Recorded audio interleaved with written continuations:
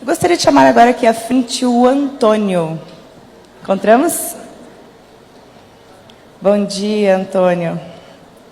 Quantos aqui na igreja conhecem o Antônio? Ó, temos bastante pessoas.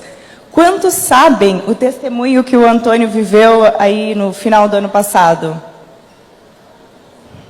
Quantos já o ouviram contar? Temos aqui. Bem, eu acho que agora é um momento assim que realmente os irmãos ficarão impressionados com uma história de milagre incrível que o Antônio pôde vivenciar no final do ano passado. O Antônio é aluno do 4º ano de teologia. No 3º ano de teologia, os alunos costumam sair para a prática pastoral. Aqui no IAP, todos os alunos eles têm aulas práticas desde o 1º ano. Mas é no 3º ano, né, Antônio, que saem para as igrejas, são aí numa média de 3 meses. E o Antônio ele pode viver uma experiência incrível nesse momento. Só que eu vou economizar aqui a minha fala e vou dar o microfone para ele poder contextualizá-los algo que ele viveu. Bom dia, Gisele.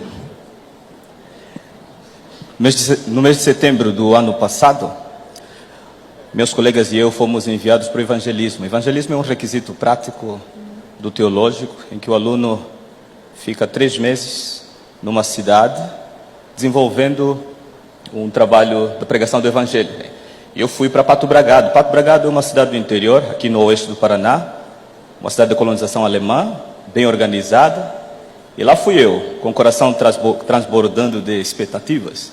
Inexperiente, porém, bem treinado e orientado pelos professores. Quando eu cheguei lá, percebi que as minhas expectativas começaram a ser frustradas, porque a realidade é totalmente diferente da que eu estava acostumado. Até então, o povo, eu via que era muito fechado, uma cultura totalmente diferente. Para tu teres uma ideia, às vezes eu saudava, cumprimentava, e o pessoal não respondia. Eu dava o benefício da dúvida, né?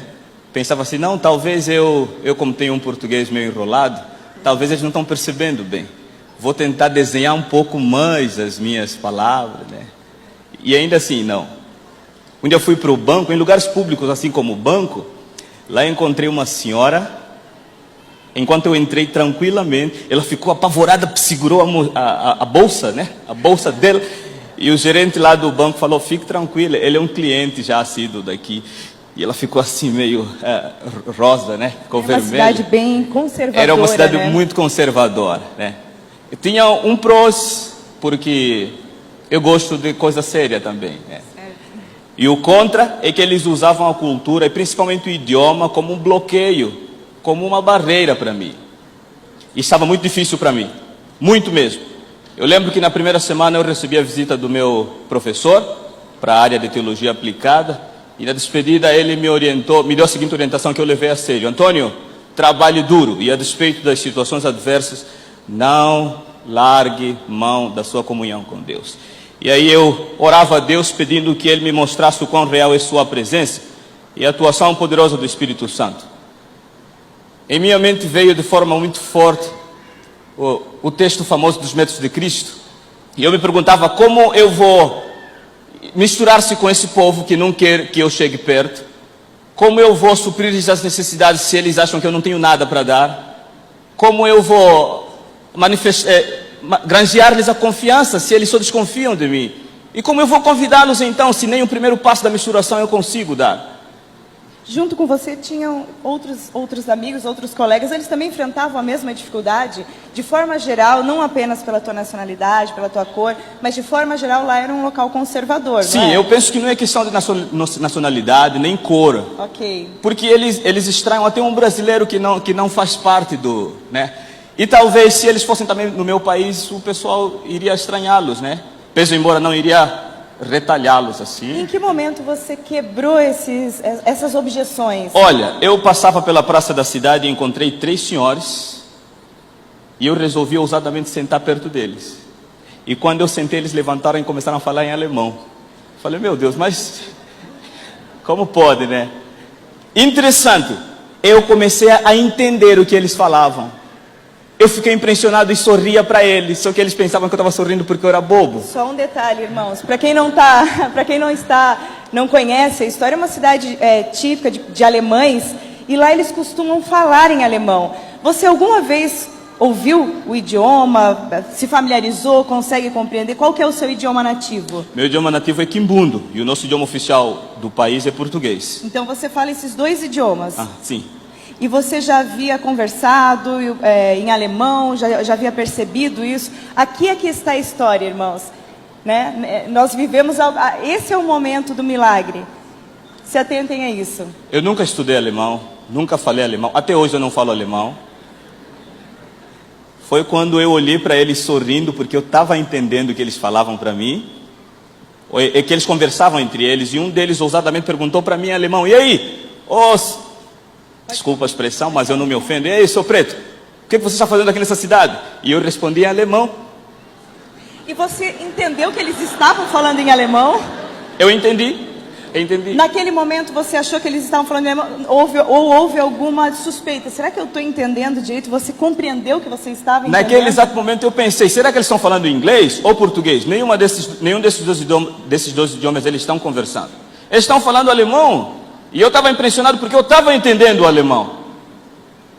E o Espírito Santo falou de forma muito forte na minha mente: fala com eles. E eu me perguntava: mas como eu vou falar se eu não consigo falar o alemão? Foi quando o Senhor dirige a pergunta para mim e eu respondi em alemão. Ele ficou assim: Mein Gott, Schwarz sprechen Deutsch.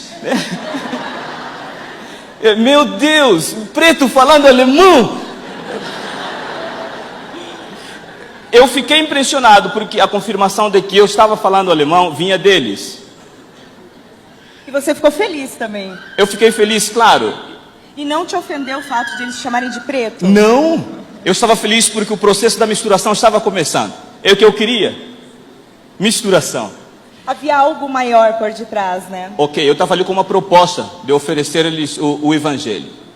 E a partir dessa conversa, portas se abriram de maneira muito segura. Esse povo podemos ter dificuldades no começo, mas eles são muito bem confiáveis. Portas se abriram, eles próprios me ajudaram com o envolvimento da igreja mais próxima da cidade, me ajudaram no desenvolvimento de todo o trabalho que eu fui lá fazer. E uma coisa interessante, nós conversávamos antes, eu e o Antônio, e esses colegas, novos colegas que você havia feito, né, que até o momento eles levantaram do banco, saíram, desprezaram, de repente eles te acolheram e eles simpatizaram muito com você. E quiseram te levar para vários lugares, você se tornou muito conhecido, muito popular na cidade, né? Sim. Qual foi o primeiro lugar que você foi, ali por intermédio deles? Eles me levaram para conhecer uma professora de alemão, Terezinha Euler. E eles se impressionaram porque o alemão que você falava era um alemão raiz, digamos assim. Eles chamam de Hochdeutsch. O Hochdeutsch, eu nem sabia o que era o Hochdeutsch, né? Eu fiquei aprendendo depois. O professor, parece que eu estou vendo que ele tem cara de alemão. Eu acho que ele entende. O Hochdeutsch é o alemão. Eles diziam para mim que era o alemão raiz lá da Alemanha, né? O alto, né? Do alto padrão. Então, o impressionante para eles era ver um negro falando alemão e o alemão do alto padrão. Eu creio que isso é capacitação do Espírito Santo. Eu creio nisso. E você entendeu, então, naquele primeiro momento, vocês ficaram ali conversando em torno de quantos minutos? 15 minutos. 15 minutos de conversa e você compreendia perfeitamente e tudo falando em alemão. Sim. Impressionante, né, irmãos? E eu fiz um trato com essa professora de alemão. Eu falei: eu vim me candidatar para ser teu aluno, você vai me ensinar alemão. Ela falou: mas você já fala alemão. Eu falei: não, mas eu preciso aprender a gramática. E em troca disso, eu quero também ser teu professor, porque eu sou professor. Eu sou professor de Bíblia.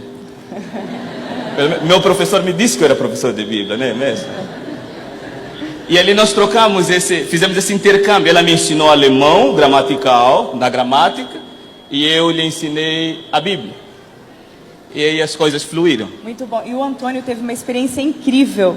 Ele foi convidado para o evento da cidade. Ele se tornou muito popular em toda a cidade, porque ele era o negro que falava alemão. E todos queriam vê-lo, né? Ele se tornou atração ali.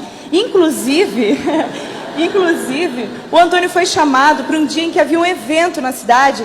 E ele foi chamado para falar em alemão na igreja luterana da cidade. Eles conta um pouquinho para nós como foi essa experiência. Eles estiveram comemorando os 501 anos de reforma. E eles me convidaram para falar para mais da metade da cidade. A cidade tinha cerca de 6 mil habitantes. E aí eles me convidaram para falar em alemão. Eu comigo assim: meu Deus, eu não sei falar alemão. Mas esse povo não entende que ich spreche kein Deutsch, né? Eu não sei falar alemão. E ele falava, não, mas você vai ter que discursar em alemão. Eu falei, Deus, se o Senhor quiser, faz de novo. Imaginem a sensação dele, né? Porque ele não tinha certeza de que ele falaria alemão, ele não compreendia. Então, assim, houve esse lado humano teu. Como que foi esse momento? A princípio, eu também me questionei. Mas quem sou eu para questionar um Deus que faz até uma jumenta se comunicar em linguagem humana? Será que não poderia ele fazer um homem se comunicar num outro idioma, pese embora nunca ter aprendido antes? Eu creio no poder e na atuação do Espírito Santo. E naquele momento, Antônio teve uma oportunidade muito grande. Ele falou, aproveitando as circunstâncias, sobre Lutero, né? Como a Bíblia foi o coração da reforma luterana. E eu compartilhei com eles essa mensagem para a honra e glória de Deus. E com isso, portas se abriram. Muitas pessoas vieram participar do evangelismo, que estava tão difícil, não é mesmo, Antônio? E como resultado, muitos aceitaram ser discípulos de Jesus através do batismo. E lá começou uma nova igreja adventista do sétimo dia. Louvado seja Deus. Louvado seja Deus. Muito obrigada, Antônio, pelo teu testemunho. Tenhamos um bom sábado.